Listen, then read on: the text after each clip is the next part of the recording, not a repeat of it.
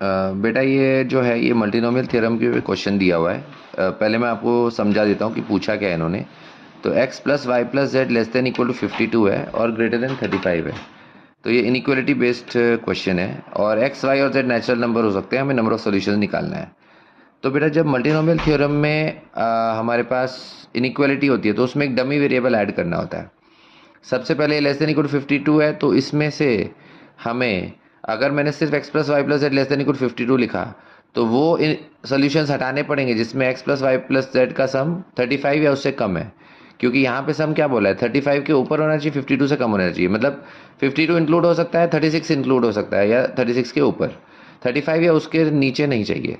तो इसीलिए अगर मैं x plus y plus z less than equal to 52 लिखता हूँ उसमें 35 के नीचे वाले भी आ जाएंगे, तो वो हमें माइनस करने पड़ेंगे, इसीलिए हमने माइनस किया। Number of solutions of x plus y plus z less than equal to 35। अब इनइक्वालिटी को इक्वेशन में कन्वर्ट करने के लिए हम एक चौथा वेरिएबल ऐड करते हैं जिसे डमी वेरिएबल बोलते हैं। तो w ऐड करा इधर भी और इधर भी, जिसकी लोअर लिमिट 0 होगी। ठीक है, तो प्लस w कर दिया तो इक्वेशन में कन्वर्ट हो गया, इधर भी प्लस w कर दिया, इक्वेशन में कन्वर्ट हो गया। अब x y और z नेचुरल नंबर है, मतलब इनकी लोअर लिमिट 1 है। तो अगर इनकी लोअर लिमिट 0 बनानी है तो उसे वेरिएबल चेंज करेंगे। तो x को लिखा 1 प्लस a, y को लिखा 1 प्लस b और z को लिखा 1 प्लस c, इधर भी और इधर भी। तो उससे क्या हुआ, a plus b plus c plus डब्ल्यू 49 हो गया, क्योंकि 1 प्लस 1 प्लस 1 3 आएगा, वो 3 इस तरफ से आके माइनस हो जाएगा।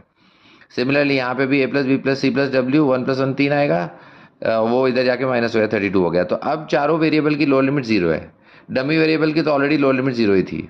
तो ए बी सी डब्ल्यू की लोअर लिमिट 0 है, इधर भी ए बी सी डब्ल्यू की लोअर लिमिट 0 है। तो बेटा जब लोअर लिमिट 0 हो जाती है तब हम नॉन नेगेटिव इंटीग्रल सोल्यूशन का फॉर्मूला लगा सकते हैं, जिससे क्या बोलते हैं बेटा, n plus r minus one c n, जिसमें n जो है वो राइट साइड का वैल्यू होता है, r होता है कितने वेरिएबल है, तो यहाँ 4 वेरिएबल है, तो इसलिए R4 हुआ, N 49 हुआ इस केस में, और यहाँ पे R4 हुआ और N 32 हुआ बेटा। तो ये फॉर्मूले में दोनों वैल्यू पुट कर देंगे और इस ये अनफेवरेबल केसेस हैं इसलिए उसको माइनस करेंगे।